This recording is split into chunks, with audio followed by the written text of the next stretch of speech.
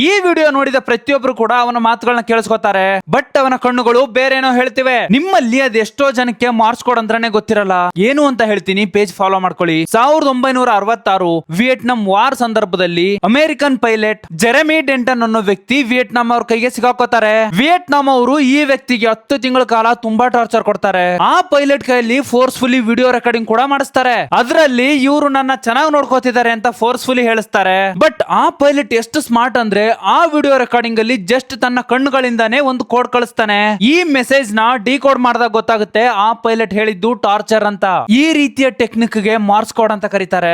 ಈ ಒಂದು ಟೆಕ್ನಿಕ್ ನ ರಾ ಏಜೆಂಟ್ಸ್ ಗಳಿಗೆ, ಆರ್ಮಿ ಸ್ಟಾಫ್ ಗಳಿಗೆ ಮತ್ತೆ ದೊಡ್ಡ ದೊಡ್ಡ ಡಿಟೆಕ್ಟಿವ್ ಏಜೆನ್ಸಿಗಳಲ್ಲಿ ಹೇಳ್ಕೊಡ್ತಾರೆ. ಈ ಒಂದು ವಿಡಿಯೋನ ಅಮೆರಿಕನ್ಸ್ ತುಂಬಾ ಸೀರಿಯಸ್ ಆಗಿ ಕನ್ಸಿಡರ್ ಮಾಡ್ತಾರೆ. ಅಂಡ್ ಈ ಪೈಲಟ್ 7 ವರ್ಷ ಆದ್ಮೇಲೆ ಅಮೆರಿಕ ವಾಪಸ್ ಹೋಗ್ತಾರೆ. ಈ ಒಂದು ಸ್ಮಾರ್ಟ್ ಪೈಲಟ್ ನ ಟೆಕ್ನಿಕ್ ಬಗ್ಗೆ ನಿಮ್ಗೆ ಅನ್ಸುತ್ತೆ ಕಮೆಂಟ್ ಬಾಕ್ಸ್ ಅಲ್ಲಿ ತಿಳಿಸಿ. ಈ ಒಂದು ರೀಲ್ ನ ಆದಷ್ಟು ಜನಕ್ಕೆ ಶೇರ್ ಮಾಡಿ. ಇದೇ ರೀತಿಯ ಹೆಚ್ಚಿನ ಕಂಟೆಂಟ್ ಗಾಗಿ ಫ್ಯಾಕ್ಟ್ ಬಜಾರ್ ಪೇಜ್ ನ ಫಾಲೋ ಮಾಡ್ಕೊಳ್ಳಿ.